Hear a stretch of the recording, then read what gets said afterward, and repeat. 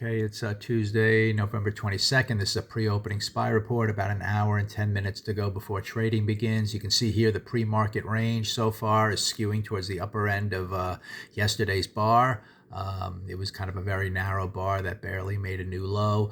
And you can see here pre-market, we've been kind of grinding up since the overnight action unfolded, and we're now, near the high of the pre-market range at the moment. So we'll see where this ends up. We're going to see now if we can kind of get, opening continuation above this range, wherever it ends up, kind of expecting that. And if we get that 2 up bar, taking out the high of yesterday, which it looks like we're going to do, then we should broaden out at least above this Friday bar high here, and these 2 bars are kind of together. So the stop's up there, and you can see here this move up would kind of be just a compound broadening action of this one red bar here, where we took out the low and then we kind of go up to the high. So at that point, it might pause here for a second. We'll see if, I'm not expecting it to fail and come all the way back down. It's a possibility, but if it just pauses there, then and doesn't come down, then you would expect continuation higher towards the weekly high, and that's kind of what we're monitoring for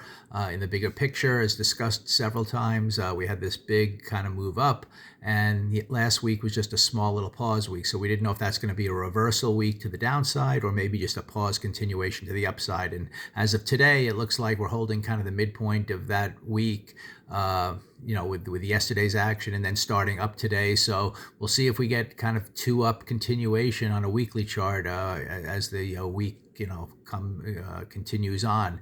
And the monthly chart is still green, heading up. We're running out of time, to reach some of these targets, but you never know what may happen here towards the end of November. But we're certainly green on that front. We're green on the weekly chart if we open up a little bit today, and then the daily chart will have a 2 up bar that at least will, work, I think, to take out these 2 highs, and then we'll see at that point, do you continue or fail? And then the expectation might be, like I've been discussing, that this is just an overall uptrend. We've had a bit of a pausing action in here, and at some point we can get a nice green bar to the upside. So let's see if it happens today. You never know. Of course, like anything else, we might, or like yesterday, we could just start immediately red down in a big way, and we never break above this high. So we'll just have to see how price opens. And again, though, if we look at this yellow line, which represents kind of the close of yesterday, when the after hour price action is taken into consideration, as long as we hold above that yellow line, if we can get some kind of red to green move, that'd be a great signal to buy, expecting the pre-market highs to be taken out, and then